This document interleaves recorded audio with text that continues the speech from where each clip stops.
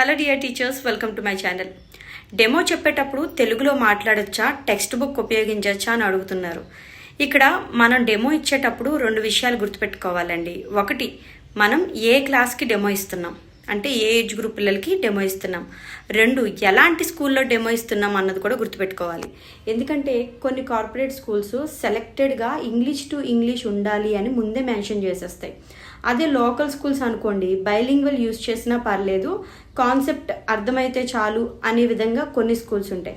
కాబట్టి మనం ఏ స్కూల్కి వెళ్తున్నామో వాళ్ళు ఇచ్చే అడ్వర్టైజ్మెంట్ బట్టి మనం దాని ప్రకారంగా అక్కడ డెమో ఇస్తే బాగుంటుంది. ఇంకా టెక్స్ట్ బుక్ యూజ్ చేయొచ్చా అంటే ప్రైమరీ క్లాసెస్ వరకు ఉపయోగించకపోవడమే మంచిది.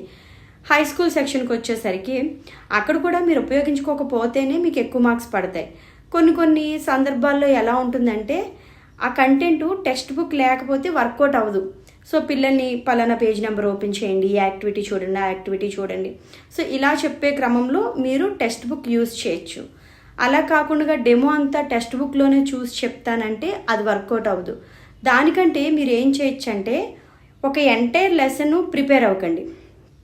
ఆ లెసన్లో ఒక స్పెసిఫిక్ టాపిక్ని మాత్రమే మీరు ఎంతవరకు డెమో ఇవ్వగలరు ఆ టాపిక్ మాత్రమే ప్రిపేర్ అయ్యి వెళ్ళండి. ఇక్కడ మీరు డెమో గంట ఇస్తున్నారా 2 గంటలు ఇస్తున్నారా అన్నది కాదు.